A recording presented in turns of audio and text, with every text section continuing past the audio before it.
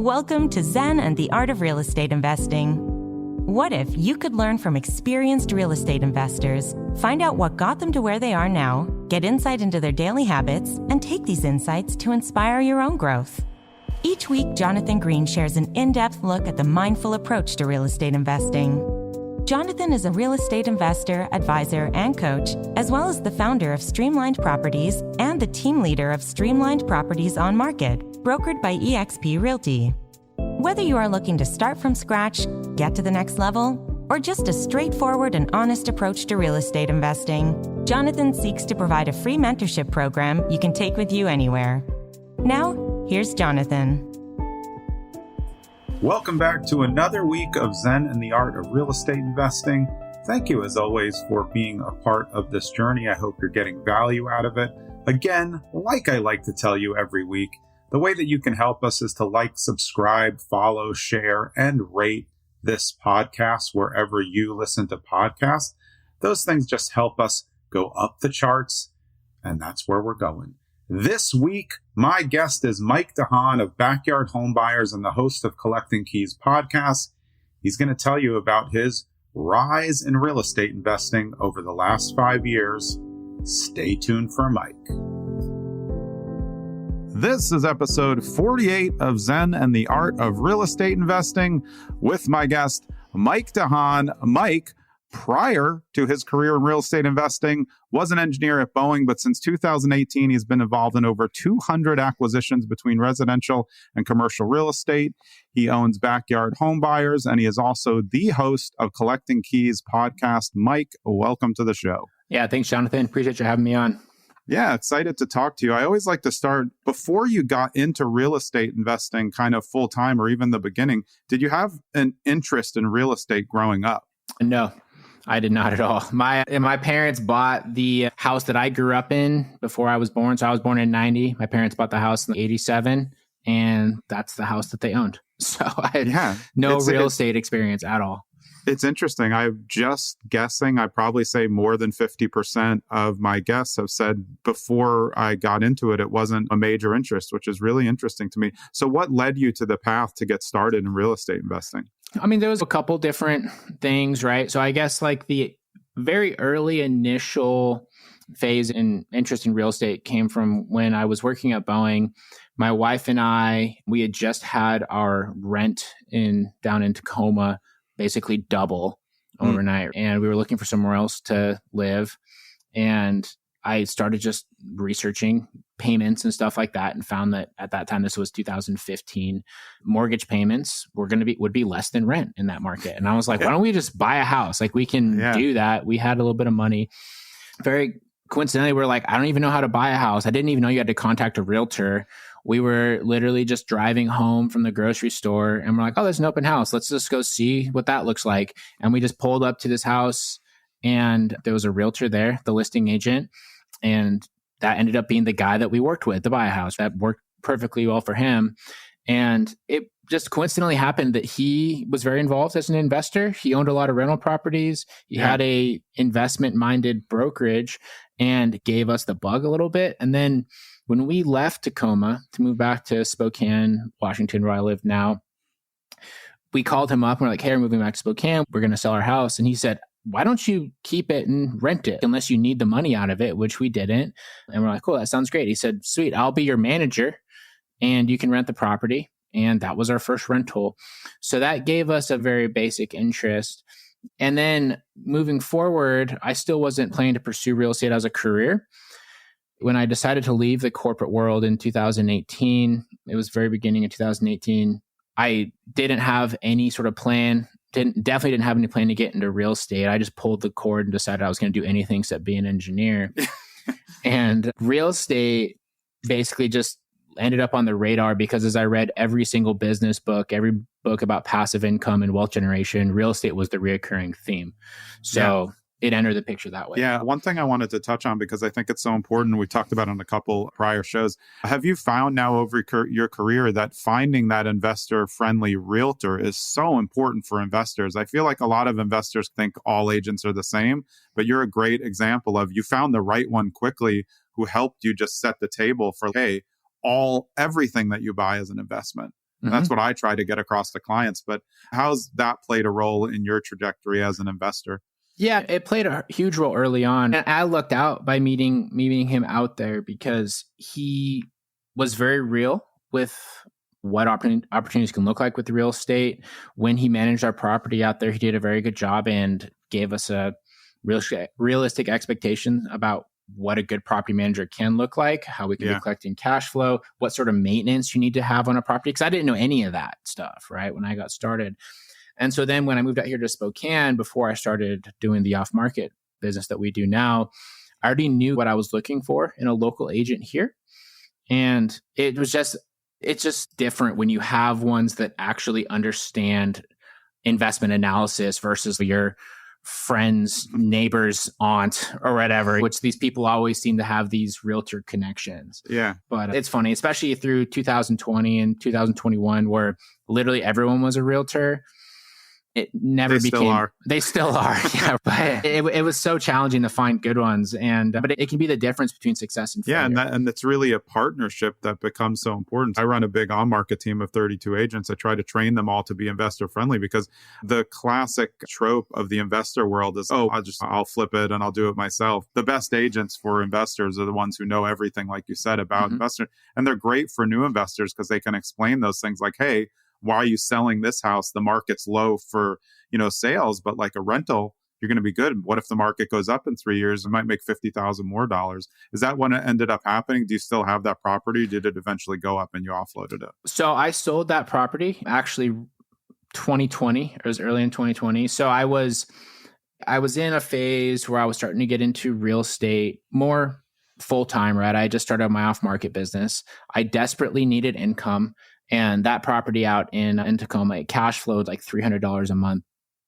Not a huge amount, but it had appreciated about 150 grand just in those few short years. So I decided to sell it and 1031 it into some properties in the Midwest that were going to be more cash flow heavy, just cheaper properties, 1% roll properties. Did that, 5x my cash flow.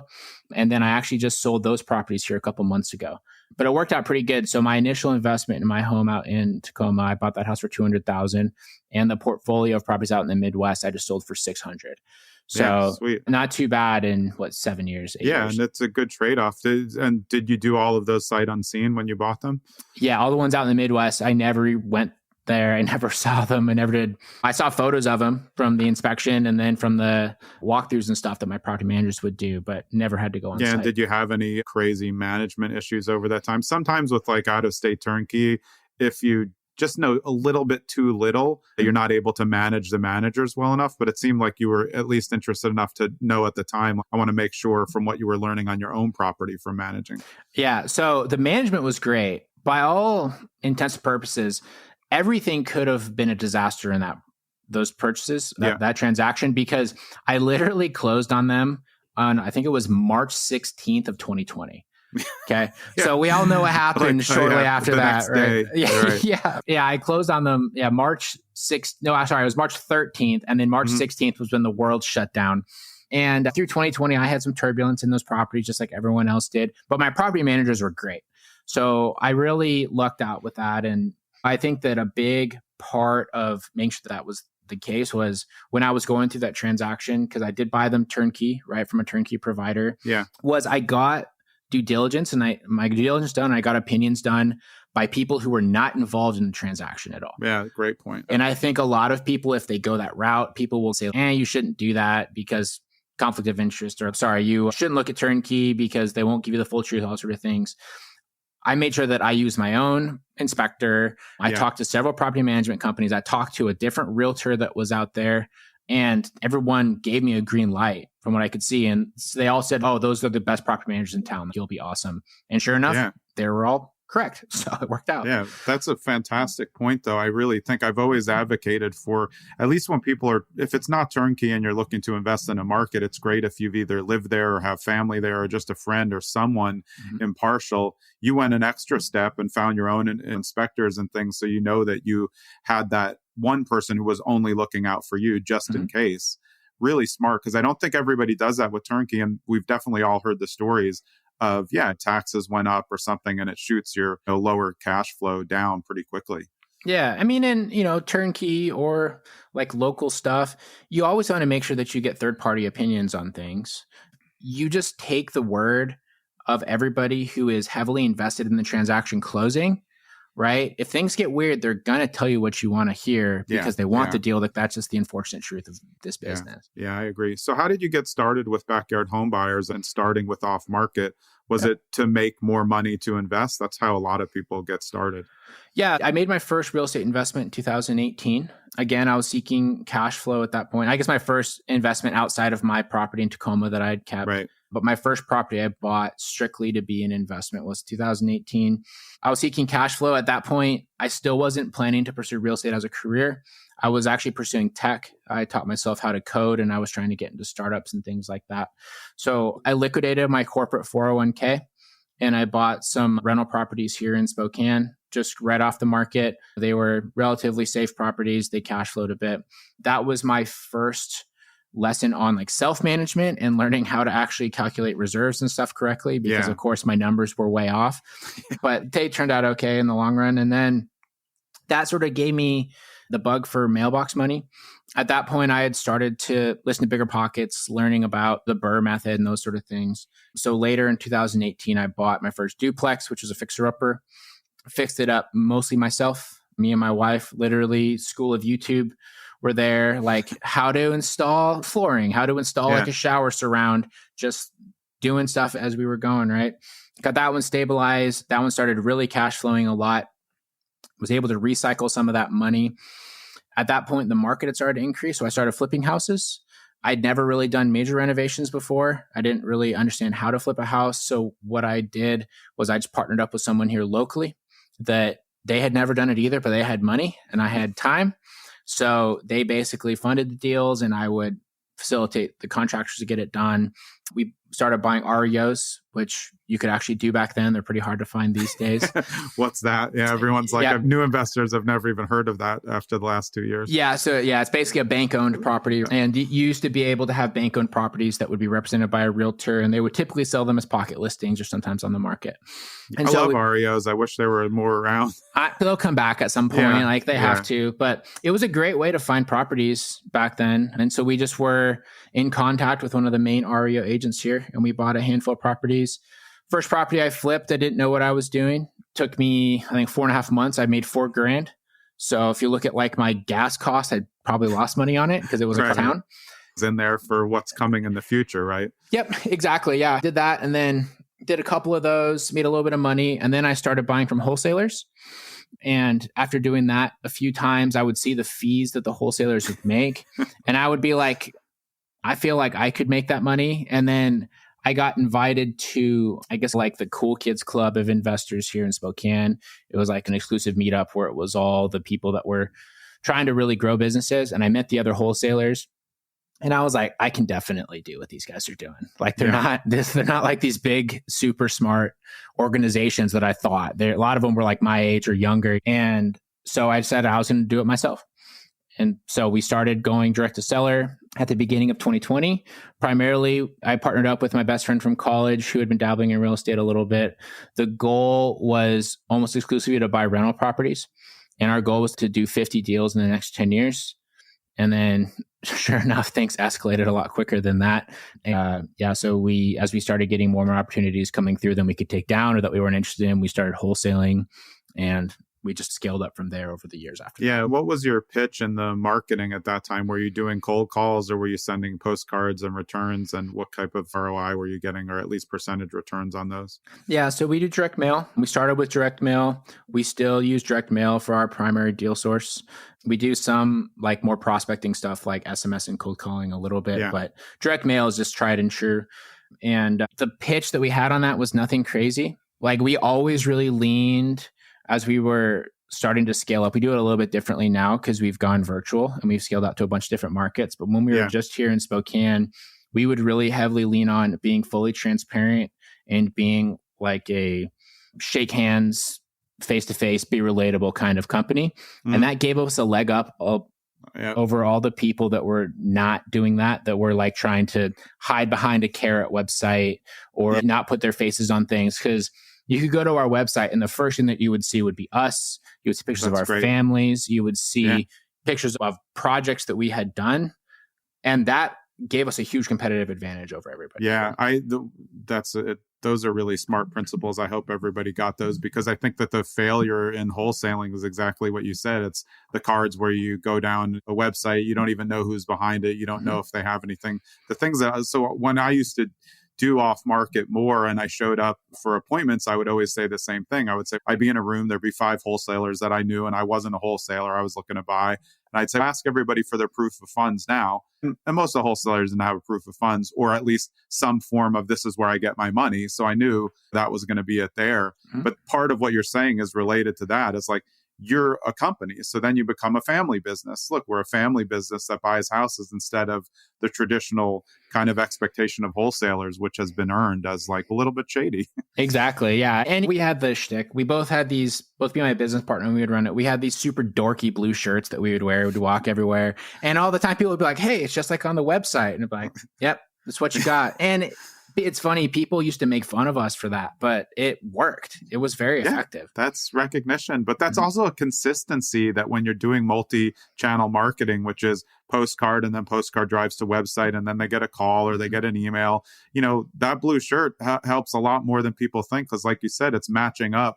And then when you get consistency, then you get trust. And the reason why wholesalers fail is because they're not even trying to build trust. They're just trying to get a quick deal. You seemed like you succeeded. And do you think that's part of what helped you guys scale up so quickly? Yeah, so it definitely is, especially going from 2020 to 2021 when everybody was suddenly trying to become a real estate investor, right? We had so many new companies. Right. First, we had everyone's an agent. And now I agree, everybody's also a potential wholesaler. Yeah. Oh, it was everywhere. It was crazy. It felt like every week there was some new person that was popping up in the Facebook groups that was like, hey, I'm trying to build my buyers list. And we were able to go from being nobodies to being one of the biggest companies here in town in, I don't know, about 18 months. And we carried that for about a full year before we started pivoting outside of the local market here. And we also, too, we were able to do that with a significantly smaller company than everybody else. So like a lot of our competitors, they would have 10, 12, 14 people on staff. They'd have an office. And for our entire time that we were operating here in Spokane, it was literally me and my business partner. We had one sales manager and we had a couple VAs. One for admin work and one for doing lead management work. And that was it. And we were doing just as many deals as everybody else, but with severely less overhead costs. And so our profitability was massive. Yeah, I feel like a lot of the bigger companies do what I call spray and pray, which is just, they're just mailing like 20,000 postcards to everyone. But I found whenever I did over marketed, my appointments were terrible personally. You show up and they're 300,000 over the price that it's worth. And you're like, why did I even come here? You try to vet it on the phone, but those more aggressive postcards get worse appointments. So your postcards probably developing better appointments because people started to get to know you. I always tried to create appointments where I was the only one there. I don't like competition. It's boring to me like that. Yeah. So there's some different things you can do to just make that more effective, right? They do the spray and pray, but we do that a little bit as well, but there's a methodology to it, right? When we're starting to market to people, we have a sequence that we run that we repeat about every 6 months. We start with usually some brand heavy stuff so that it gets our brand top of mind. It stands out, it's professionally designed. It gets them to think about us. We'll follow it up with different like letters and things like that, sort of reference each other, and they build off and they create a story. And the goal with a lot of it is to push it to the website because then they can learn more about us. And then also too, when they go to the website, we're very heavily with retargeting online. So they go to our website and they start to see us all over their YouTube videos and their recipe pages and everything. It's the same concept that you hear with all marketing businesses where you need to get in front of somebody 14 to 17 times before they'll do a transaction. It's the same thing in this business. We just try to make that 14 to 17 times happen as quickly as possible. And just really being intentional about that as opposed to here's 25-cent yellow letters or yellow piece of paper that we're sending out that don't really encourage any sort of conversation or investigation from the seller. It just allows us to be a little bit more competitive. Yeah, I think the old way was like any call in on something is good, but it's really not for people who want to be efficient because I don't want to talk on the phone anyway. So I really only want to talk to someone who's like ready to sell and wants to sell to me. because I don't need to go through another vetting mechanism. There's other options out there. It seems like, you developed a trust funnel instead of a sales funnel. Yeah, absolutely. That's the other way works. You just have to have a stronger sales team. And so like when we were operating here locally and we were relatively small operation, our sales team, our sales manager, our one, wasn't a pit bull. He wasn't crushing it. He was mostly representing us and just having the conversations. But like with how our model right now has changed a lot. So in, I guess, mid 2022, it was actually about this time, we knew that the market was starting to get a little bit fluffy, especially where I'm at. North Idaho area, Eastern Washington was a really crazy market in 2021. Yeah. There's some of those properties that I mentioned that I bought in 2018. I did a cash out refinance at the end of 2021, and there was like 2.5x value what I bought them for. So that's in 4 years. So I was getting a little bit weird. And then the big red flag, we flipped this 300 square foot little cabin up across the street from a lake, which is like a super mediocre lake that I know people go to. But it was like 300 square feet, and we sold it for almost 300 grand. And we were like, okay, this is getting bad. Like we need to start looking outside of here. And so we almost shut down our business here, or at least super scaled it down and started going to virtual markets and doing more of a low-hanging fruit model. And with how we operate now, we do a little bit more of a spray and pray method. Yeah, but you've developed systems, so at least your spray and pray is intentional, so they can get into the funnel, and then you can still apply the same principles. I get that. Yeah. And it's much more of a sales heavy business now. And there's still a lot of intention and systems around how we market and who we push to the website and how exactly that all looks. But our sales team needs to be much more refined and much higher skilled than they needed to be when we were face to face. Yeah. Let's. So how did you choose the markets? That I think is always interesting to people who live in California or New York or New Jersey, priced out of investments there, and they're looking for out of state. How did you guys choose the markets that you wanted to dip into as out of state investors? Yeah. So there's just kind of two parts of that. So first off, there's how we chose the markets and how other people can choose the markets. So I'll say first off, if you're looking to go out of state, right, and trying to figure out how to choose a market, look at what your intention is with it first. So I say that because our intention is strictly wholesale. It's strictly revenue generation.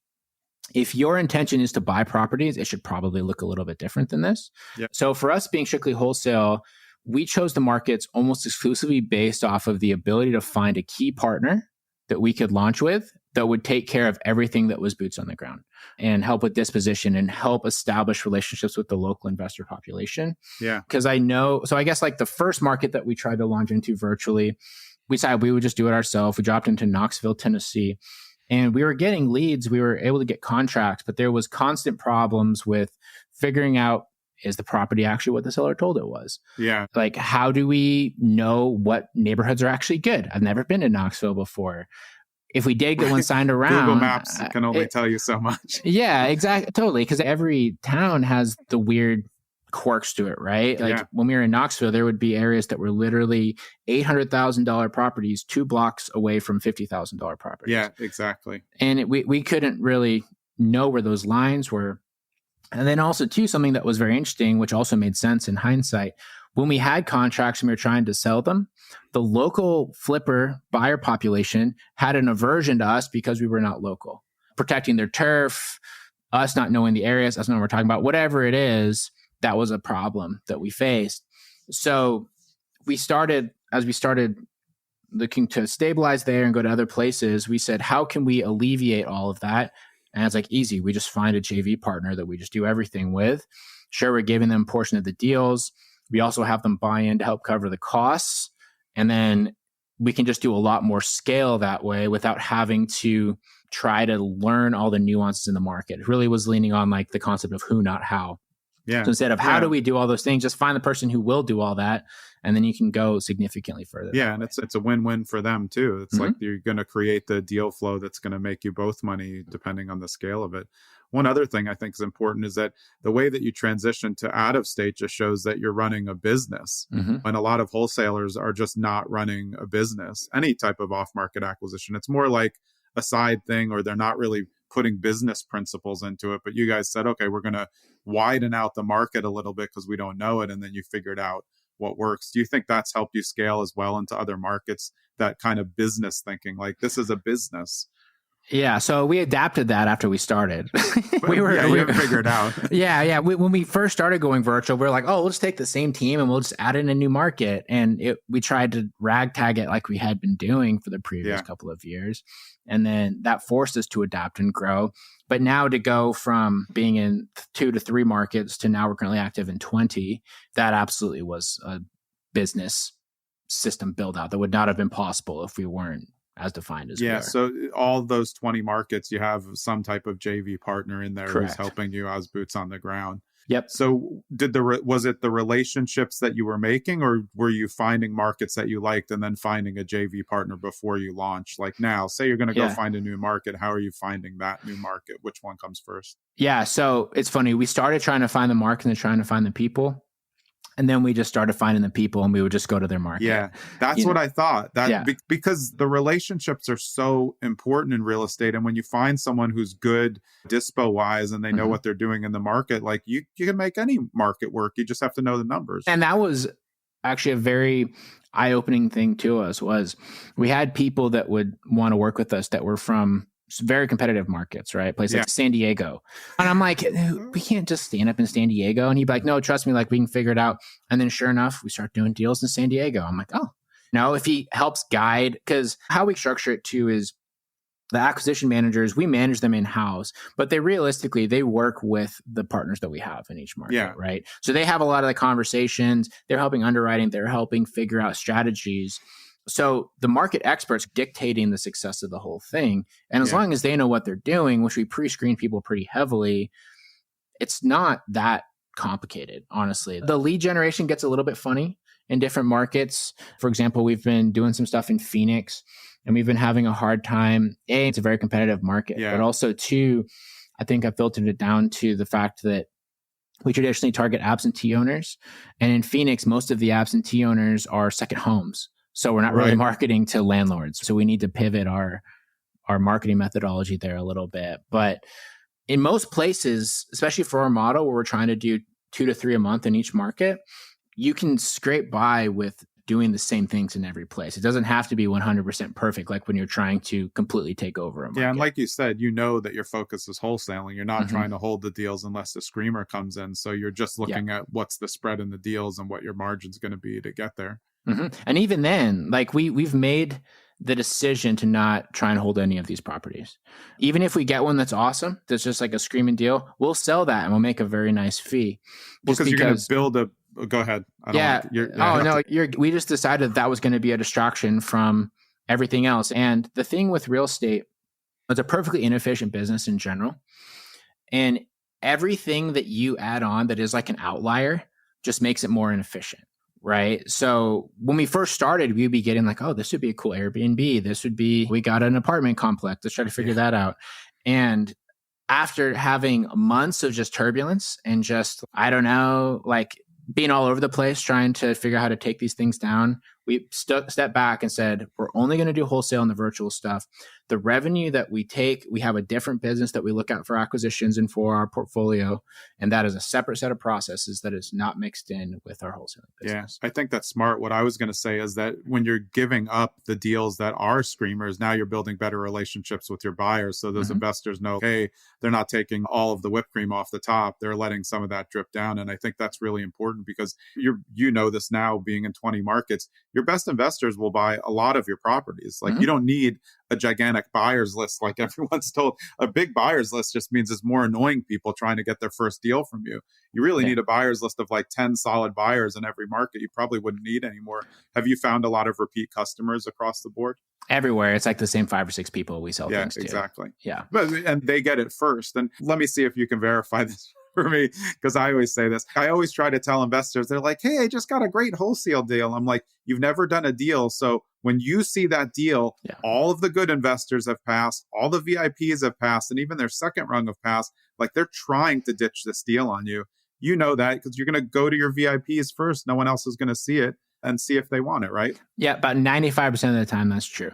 Yeah, the only exceptions to that would be especially when we were here in Spokane, we would do this more. If we had properties that we knew people would just be hand over fist for, we would send those out. Like our VIPs would miss out on that one. They'd have to compete with everybody else. But those were an exception, not the rule. Have you guys ever done any wholetailing, or is it strictly wholesaling? Do you close some yourself just because maybe it's going to work better like that? Yeah. So when we were in Spokane here, we did a lot of wholesales. I did a lot of flips, like proper full renovation fix and flips, and tons of wholesales here, especially in like late 2020 and 2021. The state of Washington had extremely tenant friendly rules. And so we were doing tons of deals that we couldn't wholesale because no one would buy them with tenants. Right. And landlords were desperate to get out of them because they were a year plus without having collected rent, and they didn't know when they were going to be able to move on from that. So we did an insane number of deals. I should actually try to figure out the exact number, where literally we would close on it. We would go knock on the door to the non-paying tenant and we say, hey, we'll give you $2,500 to leave. They would leave that weekend.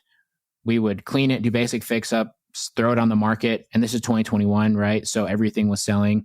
Just throw it on as like a light fixer upper, and we would sell that and just do very well. And it was crazy. We had some deals, we were making $70,000, $80,000 on these wholesales, purely just because the previous landlord didn't want to have the hard conversation with the tenant. Oh, so much more common than you would think. I don't know what's wrong with people. You're literally going to sell me this property at $100,000 discount because you like the tenant and don't want to kick them out. I know. And it's a tenant that you like that hasn't paid you rent. And they haven't paid. Since before COVID. They stopped paying in 2019. Right. I really like them. Okay, we know who's running a business. That's crazy. I don't think that enough people understand wholetailing. And I think it's probably because most people don't have the money to do the close and then figure it out. But you can make way more money if you wholesale, and it can be a little bit more of a transparent process, because with bad wholesalers, a lot of times the sellers have no idea what's going on until they see the fee at the end. Yeah, absolutely. And the funny thing is, people don't have the money. It's not hard to find if you get decent deals. You can get hard money loans relatively easily. And then you can do a wholesale quick. That's the whole point. Exactly, right? Yeah. And so if people don't know what a wholesale is, it's basically like a fix and flip, except you do very minimum repairs to the house. And you usually list it as like the uglier house in the neighborhood for sub full retail. So if it's going to be fixed up and sold for $350, if it was pristine, you would get it, I don't know, 85% of the way there. And then you'd list it for $310 or $320. So that way it stands out amongst the neighborhood. And more often than not, especially back then, people would bid it up to $350 anyway. So exactly. Well. The desperation helps. And then a lot of times you can do a lipstick flip in 2 weeks or something, and then you're really in there. You're fixing the gigantic anomalies like holes in walls and things that are visibly unattractive, because then it looks nice online even. Then you're going to get more people in. Yeah. And the thing that's great about that too is when you're going through that process, you don't always have to try and sell it to retail people. But sometimes what we would do is we would close on it. We would get the tenant out. We would just clean it up. We wouldn't fix anything. And then we would send it out to our buyers list. Right. So we would sell it wholesale style. Yeah. But we already own the property. And a fix and flipper would buy it because they didn't have to deal with any of the headaches. And they would pay significantly more than if they had to deal with the tenant themselves. Honestly, just one, tenant, getting rid of the tenants, of course, that's big. Two is just a clean out and an actual cleaning. Like people are like, oh, why are you cleaning a dump property? I'm like, because it's going to look like somebody doesn't have to do it. Yeah. It's like trying to buy a hoarder's house. Does it look better with all of the crap in it or with none of it? Yeah, for sure. And the funny thing is too, is when we would do deals like that, people would get funny if you had a $50,000 wholesale fee on there, because they like the assignment fee. The fact that there's the fee makes them uncomfortable. But you could close on the property, clean it up, fix it out, and sell it for $80,000 more. That's what I mean. And they don't care. Exactly. That's why I personally like wholesale more, just because I also, for wholesale, I actually like to provide them with an inspection report also, because then it's fully like, hey, here's all the information. Don't, because I don't want the bad offers. Bad offers are just annoying. That's why wholesaling's so tough. Everybody thinks they have money. They're presenting you with all these options. I really want it. Okay, great. Send me your proof of funds. Hang on a second. When we all know that what first-time flipper hard money rates, 14, 15%, they're not going to get it. They're not even going to qualify for even that. It's too crazy. Yeah, I know. It's interesting. And the funny thing is, like, ultimately, if you have the opportunities. Like you can structure it however you want, right? And that's why I think it needs to be a focus for so many people, which is the challenging thing with off-market real estate and real estate investing in general. Is so many people focus on the house when realistically, if you focus on how to sort of recognize opportunity and you learn how to be the bringer of opportunity, that's where real money's made, as opposed to everyone's always focused on neighborhoods, zip codes, age of the property. All that stuff is important, but not so much as being able to recognize opportunity and bringing that to people. Yeah. And part of that goes on your intake. I think a lot of people they get into a house and they're like, I have cash. And they're not focusing on the seller who has nowhere to go. Exactly. Mm-hmm. Where are you going? How can I help you get somewhere? And then if you can help them get somewhere, then you can get that house because no one else wants to really help them. Yeah. And that's a huge part of the wholesale business too, that most people don't understand is you are solving people's problems. For sure. And more often than not, we'll have new wholesalers that kind of come into the business and literally their expectation is that they're going to send mail. A bunch of people are going to raise their hands and say, yeah, sure, I'll sell you my house for a 30% discount. Yeah. When that's not how it works at all. Nope. And the vast majority of our time on the back end side is spent doing exactly what you're talking about, helping people move, dealing with problem tenants, helping people figure out how they're going to pay off liens. We've even had to front money if we have a super good deal. We've fronted as much as $10,000 to pay off people's taxes to prevent things going into foreclosure. We had one deal where we did that and everyone's like, well, how do you protect yourself? You put a cloud on title, okay, that goes on for an indefinite period of time. You have the seller sign that and record that document because we literally had this. We had someone who's going to go into tax foreclosure. We spend $7,200 to bail them out. Okay. They said, cool, thanks. I'm not selling anymore. And they refused to move forward. Fast forward 2.5 years. Unfortunately, the person passed away. Okay. Which is too bad. Their next of kin goes to sell the property. We have a lien on the property. Yeah, exactly. We're now getting paid for having put that money in. And we actually made a pretty significant profit on it as well. And it's maybe questionable, maybe not, that the house was in poor condition. The people that were there were involved in some very shady stuff, but we protected our investment and they were able to stay in their house for 2.5 years because we gave them $7,500 to pay off a bunch of taxes. Yeah. I think another thing you mentioned that's important is I think people forget as wholesalers that you're basically property managers for that time window where if you're taking absentee owners, if that's your target, like some of the tenants, they don't want to leave. So you're managing all of their anxieties. You're trying to get access to the property without them spitting in your face when you walk in the door because they don't want to get evicted. So it's a constant process. And that's why I think a lot of people aren't ready for it. It's time intensive and a lot of personal one-to-one relationships to try to it's hard to even show the properties. I get a ton on wholesale where I'm like, I know what to say. I immediately say, is there access? No. If there's no access, I'm not interested at all because that doesn't mean anything to me, but I can see why. Because that's just how it works. It's tough to do. Especially because that's the root of most people's problems, especially these days where we have such a huge issue with availability of housing.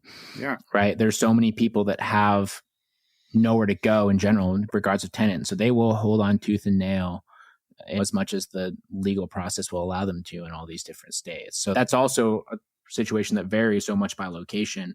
And if you're in somewhere like Washington, that's going to be the most common problem that you find with every deal. Because the people want to wholesale or sell the properties because the tenants are either not paying or they're paying so far below market rent that they can't make it. There's no reason why those tenants would want to leave. They're paying way below market rent or not paying at all. You have to understand their plight. There isn't a lot of extra housing. They're going to have to pay $1,000 more and they don't have $1,000 more.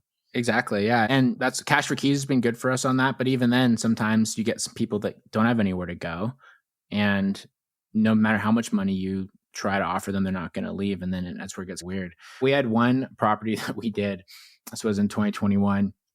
We bought it with the tenants in place. They were paying like $400 a month and absurdly low for the property type and just the market in general. And we went and we offered them as much as $5,000 to leave. And they're like, you need to help us find a place. These are our specifications. It needs to be the same price point. We're like, well, that's not going to happen. At the time, the only way that we could get these people out was that if we basically were going to sell the property, then we could issue a notice to vacate with intent to sell. So we went through the full process, listed the property on the market. There's a 90-day notice to vacate with intent to sell, and you have to list it for that to go active. We listed it for like way too high of a price because we were going to flip the property. Yeah. And then sure enough, we get an offer for $35,000 over asking. So we're like, it's not going to be able to close for 90 days. So we get the person out and they're like, I don't care. We'll take it. We collected earnest money and basically had to wait 90 days for us to be able to enforce an eviction or to get the people out. And we went through the full process. We get to the day before closing and we show up. It was an FHA buyer. So we had to scrape some paint off the side of the house. And we show up. Yeah, so that's the thing they worry about, not the fact that there's people still in it. No, they don't care. No, we show up and the people are still in there and we go in and we're like, so you guys need to be out tomorrow. Otherwise, the sheriff's going to be removed. Like, yeah, don't worry, we'll be gone. And they've literally packed nothing. Everything is still in the house. And we're like, okay, I guess we'll see what happens. Deal closes the next day. The buyer goes to the house and they're like, hey, there's still all this stuff here. We go back. The people have gone and they literally just left everything and had just evaporated. Yeah, it was crazy. So we had to deal with that whole process. But we put everything forward that we could to help them out. But sometimes that is the challenge, is this deal that we were expecting to be relatively simple ended up taking us 8 months after it was all said and done. So we spent 5 months trying to help them. And then 3 months going through the sales process with what we had to do to be able to get them out. And then lo and behold, they ended up just going on their own anyway. But if you were somebody that was trying to run a business off of that had to be a 2 or 3 month deal, you would have been in big trouble because you wouldn't be able to get it done. Yeah. This week's episode of Zen and the Art of Real Estate Investing is brought to you by my investor-friendly real estate team, Streamline Properties on Market, brokered by eXp Realty. I have more than 30 agents on my team, and we are investor-friendly. We work traditional buyers and sellers, but we also focus on investors. So whatever your investor needs are in the state of New Jersey, parts of Pennsylvania, parts of New York, and a small part of Nevada, we have you covered, as our goal is to figure out first what your investment needs are and then how we can help you reach them. Let's get back to the show. So after these years in the wholesaling business and this off-market acquisition, so for somebody who's brand new and is thinking right now in today's economic climate and market that they eventually want to become a real estate investor and they want to do it by becoming a wholesaler. One, would you say that's a good idea? And two, if there is a way to do it, how should they start doing it? Yeah, so I think the main thing to keep in mind is wholesaling is a tactic for a real estate investment company, right? It's a revenue generating tactic. I think people that are exclusively wholesalers, they're missing out on a lot of opportunities, right? In terms of building wealth, in terms of making money on other types of deals, flips, listings, even stuff like that. But the more important thing is, if you go into it with the mindset of a wholesaler, you should be going into it with learning how to find, generate, and determine opportunities. So, the wholesaling is a great way to generate quick cash, but I think that the key thing is to focus on learning how to market, learning how to do sales, learning how to analyze opportunities and close those opportunities, and then also learning a lot about the real estate transaction process, because that's where a lot of the work comes in as a wholesaler. And that's where like solving a lot of people's problems comes in. And I know we've talked about a lot about absentee owners, like landlords and tenant issues, which is a common one. But more often than not, too, you're going to have people that are homeowners, and you don't want to go in and throw out homeowners, right? That's a really bad look. Yeah. And also there's a lot of ethical issues in that realm. So when you get people like that, you need to understand, your rights about how to protect yourself with it, how to like the different kind of gotchas that can come up with homeowners who have been neglectful of their finances and how to deal with them with the state. And just really focusing on those details will allow you to be very successful in this business, because most other people that are doing stuff off market, they don't learn all of that. They don't put in the time or the effort. And so they miss out on a lot of deals because they don't recognize there's an opportunity. Yeah, I can also see the opposite way where some newer wholesalers they could spend 6 months trying to work a pre-foreclosure and never check the value, knowing you're never doing this deal. It's so upside down. It's not going to happen. It has to be another form of a deal to make this work somehow, and the bank's never going to let it happen. Yeah, it's funny. You're completely right on that. And I remember in 2021, there was this one deal in particular here in town that I imagine probably 12 people had it under contract and sent it around. Like it just kept showing up. We would always joke, oh, it's Arthur Street again. That was the street it was on. And it was just like every time it was some new person that was obviously stoked they got their first deal. But we had already talked to this guy like a year earlier and knew that he was like $70,000 underwater. Yeah. Okay. And the seller, I don't know what he was waiting for. That money had to come from somewhere. But these wholesalers kept wrapping it up and just doing this whole thing. And then lo and behold, we didn't actually get it done. The people that got it done, what they did was they went, and it was our main competitor in town. They worked with the seller. They worked with the bank and figured out how to do a short sale. Yeah. Right. And got the bank to release a lot of the debts and sell it for less than the bank owed. But there's a bunch of other steps there that they had to go and figure out how to do that the 12 people before them hadn't bothered to do. And that's why they got that deal.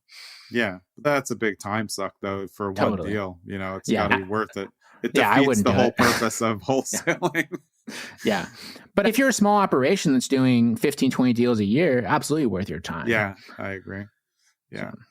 Awesome. I just want to grab a couple of things from our pre-questionnaire. One thing that you said, most important trait for a real estate investor to have, patience. We've talked about this a lot, though. You said too many new investors try to rush things and set them up for failure. How do you think you see most new investors setting themselves up for failure now?